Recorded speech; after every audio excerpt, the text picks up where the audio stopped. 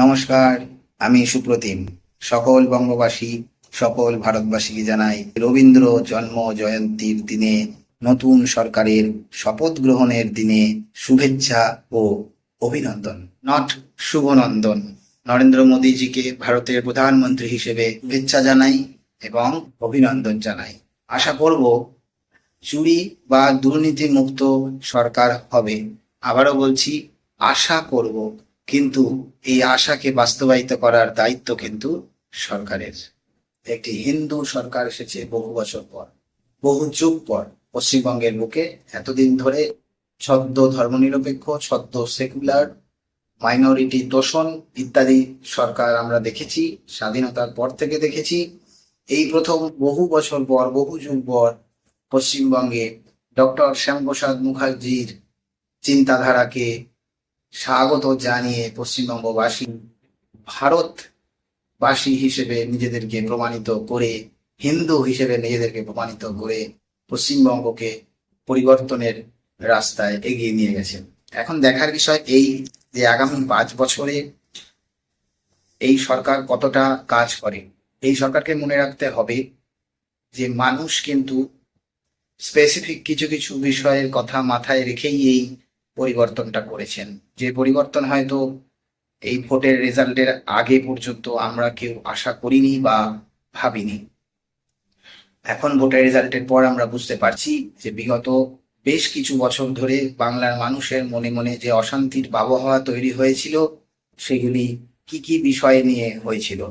এক, অনুপ্রবেশকারী, বহিরাগত বাংলাদেশি অনুপ্রবেশকারী অর্থাৎ ইলিগাল ইমিগ্রেন্টস, যেটাকে আমাদের স্বরাষ্ট্রমন্ত্রী, বর্তমান স্বরাষ্ট্রমন্ত্রী অমিত শাহ বলেন ঘুষপেটিয়া, তাদের উৎপাত।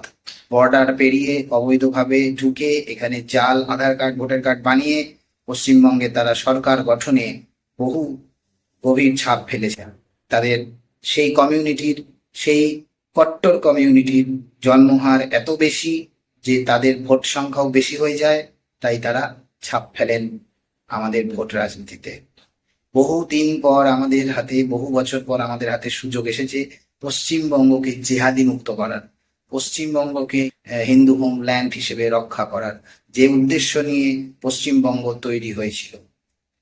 সে বিষয়ে ভিডিও অন্য সময় হবে। আপাতত বঙ্গের সরকারকে জানাই শুভেচ্ছা, নতুন মুখ্যমন্ত্রী শুভেন্দু অধিকারীকে জানাই শুভেচ্ছা, নতুন স্বরাষ্ট্রমন্ত্রী এবং পুলিশ মন্ত্রী, স্বাস্থ্যমন্ত্রী, যত মন্ত্রী আছেন তাদেরকে রইল শুভেচ্ছা। কিন্তু এই শুভেচ্ছা বার্তায় ভেসে গিয়ে, এই উৎসবে ভেসে গিয়ে আমাদের ভুললে চলবে না মানুষের দাবি কি, কি জন্য তারা সরকার বদল করেছেন। 1 নম্বর, অবৈধ অনুপ্রবেশকারীর দৌরাত্ম্য, জিহাদি গ্যাং তাদের দৌরাত্ম্য, বিভিন্ন রকম অঘোষিত ডন, বাদশাহ, শাহজাহান, বাবর, আকবর, জাহাঙ্গীর, ঔরঙ্গজেব ইত্যাদি পশ্চিমবঙ্গের বুকে বেড়ে উঠে পশ্চিমবঙ্গকে বাংলাদেশের সঙ্গে মিলিত করে দেওয়ার চক্রান্ত, এই থেকে রক্ষা পাওয়া। নাম্বার 2, বিভিন্ন রকম দুর্নীতি, চাকরি দুর্নীতি, কয়লা স্ক্যাম, বালি স্ক্যাম, রেশন দুর্নীতি, আমফানের সময় ত্রিপল চুরি, চাল চুরি ইত্যাদি পশ্চিমবঙ্গের মুখ সারা ভারতে হেয় করে দিয়েছে, নত করে দিয়েছিল। সেখান থেকে বাঁচার জন্য এই পরিবর্তন।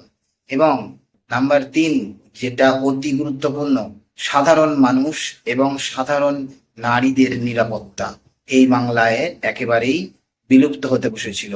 যেখানে সাংবিধানিক পদে বসে বলা হচ্ছিল রাত 8টার পরে মেয়েরা বাইরে বেরোবে না, যেখানে বলা হচ্ছিল একটা বিশেষ কমিউনিটি জোট বাঁধলে নাকি ঘিরে ধরে 1 সেকেন্ডে 12টা 13টা বাজিয়ে দেবে। অর্থাৎ খোলাখুলি open threat, open jungle raj, open দুর্নীতিরাজের একটি কালচার তৈরি করা হয়েছিল। আমাদের দুর্ভাগ্য যে আমরা বহু বছর ধরে এই জঙ্গলরাজ, দুর্নীতিরাজ, গুন্ডা বাহিনীকে সরকারের চেয়ারে বসতে দেখেছি। বহু মানুষের মতে 2021 সালেই এই বদল চলে আসার কথা ছিল, কিন্তু দুর্ভাগ্যজনকভাবে করোনা আমফানের কারণে মানুষ তখন থার্ড ওয়েভ চলছিল, সেই জন্য ভোট দিতে কম গেছে এবং সেই পরিস্থিতির সুযোগ নিয়ে বিভিন্ন রকম দুর্নীতি হয়েছে। কিছু উঠতি কচি তৃণমূল নেতা কলেজের গণ্ডি পেরোয়নি, চটি চেপে চেটে নিজেদের অন্ন সংস্থানের বা ভাত খাওয়ার ব্যবস্থা করেছিল। তাই আগামী সরকারকে দেখতে হবে তৃণমূল জমানায় যেসব চটি চাটা নেতাদের পা চাটা পার্টি করে পয়সা কামানো গুন্ডা দাদা ভাইরা রাজ করে গেছে, তারা যেন আগামী দিনে পতাকা বদলে বিজেপিতে এসে সেই একই কাজ করে মানুষের যে পরিবর্তনের চাহিদা সেটিকে ধূলিসাৎ করে না দেয়। অর্থাৎ বিজেপি যেন তৃণমূলেরই দ্বিতীয় সংস্করণ না হয়ে যায়, নতুন বোতলে পুরনো মদ না হয়ে যায়। নতুন সরকারের কাছে যে যে দাবিগুলি সর্বাগ্রে প্রাধান্য পাবে তাদের মধ্যে অন্যতম হলো ক্ষমতার চেয়ারে বসে কোনো রকম থ্রেট কালচার, কোনো রকম ভয়ের রাজনীতি, হুমকির রাজনীতি করা যাবে না। রাজনীতিকে টাকা কামানোর জায়গা বানানো যাবে না। কলেজ লেভেল থেকে, শিশুকাল থেকে এই শিক্ষায় মানুষের মনে ঢোকাতে হবে যে রাজনীতি হলো জনসেবা। যদি পয়সা ইনকাম করার ইচ্ছা হয় নিজের মতো ব্যবসা করতে পারো, কিন্তু রাজনীতি করতে এসেছো, কাউন্সিলর এমএলএ এমপি মন্ত্রী ইত্যাদি হতে এসেছো, অর্থাৎ তুমি জনসেবা করতে এসেছো, নিজের পকেট ভরাতে নয়। সেই জনসেবা করতে গেলে তোমার নিজের সার্ভাইভালের জন্য, নিজের বেঁচে থাকার জন্য যতটা নিরাপত্তা, যতটা রসদ দরকার হয় সেটা তোমাকে তোমার বেতন হিসেবে বা ভাতা হিসেবে দেওয়া হবে। কিন্তু রাজনৈতিক পদ থেকে কোনো রকম লাভজনক সুবিধা তোলা যাবে না।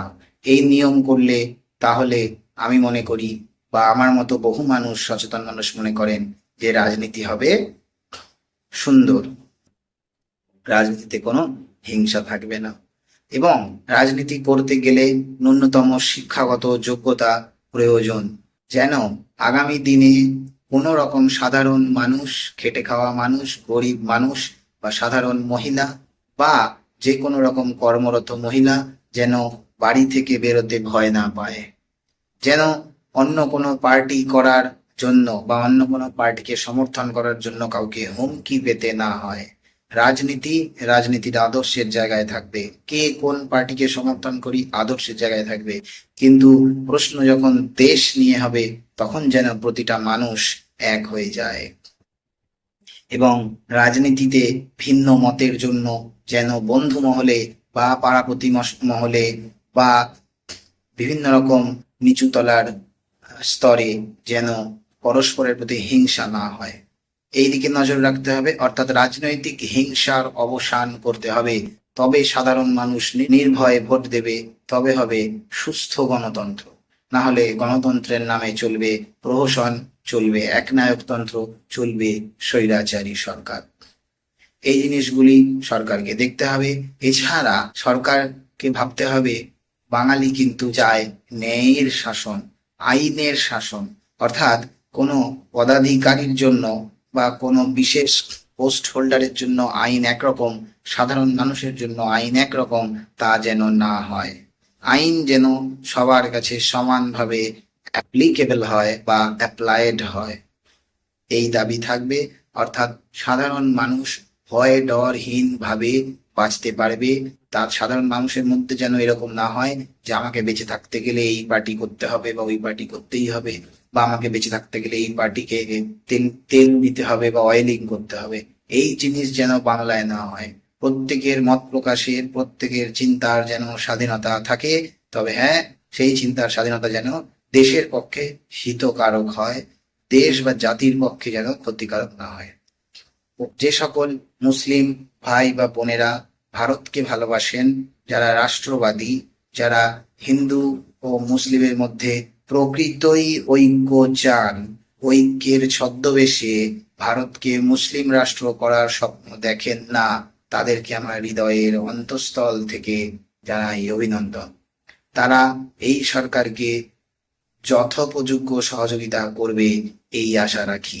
আমরা নাগরিক হিসেবে আমাদের 100% সহযোগিতা সরকারকে করতে প্রস্তুত আছি, বাকিটা কিন্তু সরকারকে দেখতে হবে। প্রশ্নপত্র সেট করবে জনগণ, প্রশ্নের উত্তর কিন্তু দিতে হবে সরকারকে। পরীক্ষা সেট করবে জনগণ, পরীক্ষা দিতে হবে সরকারকে, এই হলো কথা। আর জনগণেরও পরীক্ষা যে তারা যেন সুস্থ সচেতন মাইন্ডে, সুস্থ সচেতন ভাবে কোনো রকম ব্যবসার জন্য রাজনীতিতে না আসে বা টাকা কামানোর জন্য রাজনীতিতে না আসে। কারণ রাজনীতি এই জায়গাটাকে পাক থেকে উদ্ধার করাই হবে পরবর্তী সবচেয়ে বড় চ্যালেঞ্জ। যেন সাধারণ মানুষ নির্ভয়ে বলতে পারে যে রাজনীতি করতে চায়, হ্যাঁ আমি রাজনীতি করব, আমি শিক্ষিত, আমি যোগ্য হিসেবে নিজেকে মনে করছি তাই করব। যেন তার এরকম মনে না হয় যে শিক্ষিতরা রাজনীতি করতে পারে না, রাজনীতি একটি নোংরা জায়গা। অর্থাৎ রাজনীতির গায়ে যে নোংরা কালিমা লেপন করা হয়েছে বা বিভিন্নভাবে কালিমা লিপ্ত হয়েছে, সেই পাক থেকে রাজনীতিকে সরিয়ে আনতে হবে, এই ক্ষেত্রটাকে পরিষ্কার করতে হবে। আরো অনেক দাবি থাকবে, তবে যেগুলি বললাম এগুলি হচ্ছে প্রধানতম দাবি। অসংখ্য শুভেচ্ছা যারা অনেক কষ্ট করে প্রকৃতই বিজেপির কর্মী হিসেবে বিজেপিকে এই সরকারের ক্ষমতায় এনেছেন। তবে হ্যাঁ, আগামী দিনে দেখার যে পূর্বতন বা পুরনো যেসব তৃণমূলের দুর্নীতিবাজ কর্মী বা নেতারা ছিলেন, তারা যেন কোনোভাবে অতি দ্রুত রাতারাতি নিজেদেরকে সৎ সাধু প্রমাণ করে গেরুয়া ধ্বজা গেরুয়া বসন গায়ে দিয়ে বিজেপিতে নাম লিখিয়ে বিজেপিকে তৃণমূলের দ্বিতীয় দল করতে না পারে। যদি পরিস্থিতি সেই দিকে এগোয়, তবে আগামী দিনে হয়তো বাংলায় নতুন কোনো শক্তি উদ্ভব হবে বা পুরনো যে সকল সরকার বাংলা থেকে বিদায় নিয়েছিল তারা আবার সক্রিয় হতে চাইবে। আর আমরা জানি বিজেপি ব্যতীত 90% রাজনৈতিক দলই ক্ষমতার রাজনীতি করে, ভারতের জন্য রাজনীতি করে না। ক্ষমতার রাজনীতি করতে গিয়ে তারা ধর্মীয় বিভেদ বা ধর্মীয় তোষণ করে রাজনীতি করে। মানুষের দাবি থাকবে যে রাজনৈতিক চেয়ারে বসে বা সাংবিধানিক পদের সুবিধা নিয়ে যেন কোনো নেতা বা মন্ত্রী মানুষের মনে ভয়ের সঞ্চার না করেন, মানুষ যেন ভয় পেয়ে ভোট তাকে না দেয় বা ভয় পেয়ে তাকে পদলেহন না করে, মানুষ যেন তাদের নেতাকে ভালোবেসে নেতৃত্বে বসাতে পারে। জয় হিন্দ, বন্দে মাতরম, জয় ভারত, জয় বঙ্গ।